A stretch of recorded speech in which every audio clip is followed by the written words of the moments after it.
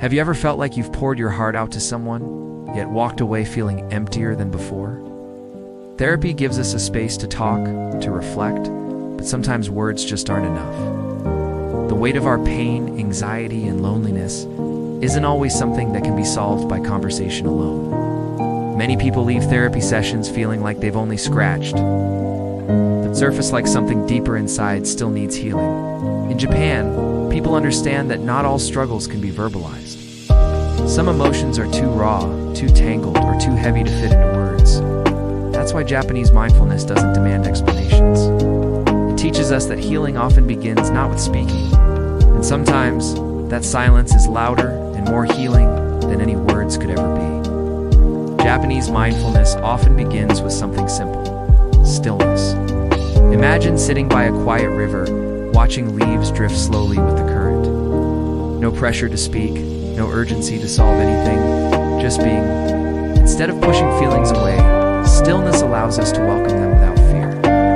It may sound strange in a world that glorifies busyness, but in stillness, we rediscover ourselves. When you stop rushing, you start noticing the taste of your tea, the sound of rain, the rise and fall of your breath. And often, those whispers carry the healing you've been searching for. In therapy, we often talk about fixing ourselves, analyze what's wrong, what's broken, what needs to be repaired. What if your cracks are the very things that make you beautiful? This is the philosophy of wabi-sabi, the art of embracing imperfection. Think of a broken bowl repaired with gold through kintsugi. The cracks don't make it less valuable, they make it priceless. Japanese mindfulness teaches us to hold ourselves gently, to honor our wounds, and to see beauty not in perfection, but in authenticity. Therapy sometimes focuses on big breakthroughs. But what happens when breakthroughs don't come? Japanese mindfulness reminds us of Kaizen, the practice of small, consistent steps. Instead of trying to transform overnight, we focus on one tiny shift each day: a mindful breath, a few extra minutes of gratitude, a single act of kindness. Over time, these small steps weave into something extraordinary. Healing doesn't always happen in grand gestures.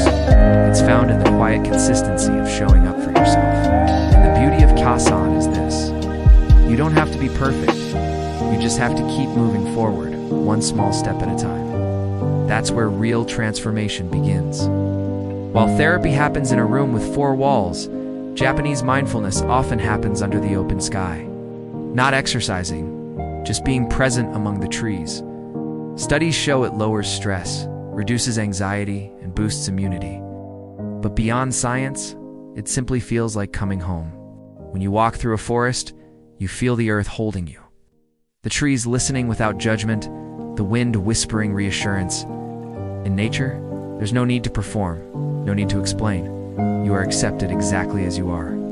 That's why Japanese mindfulness works. It reminds us that we are part of something greater, and in that connection, we find healing. But Japanese mindfulness offers something therapy often cannot: an invitation to heal without words, to sit with silence, to honor imperfection, to walk gently with nature, and to change slowly, patiently, with compassion. It's a way of living, not just a treatment. Not perfection, but acceptance.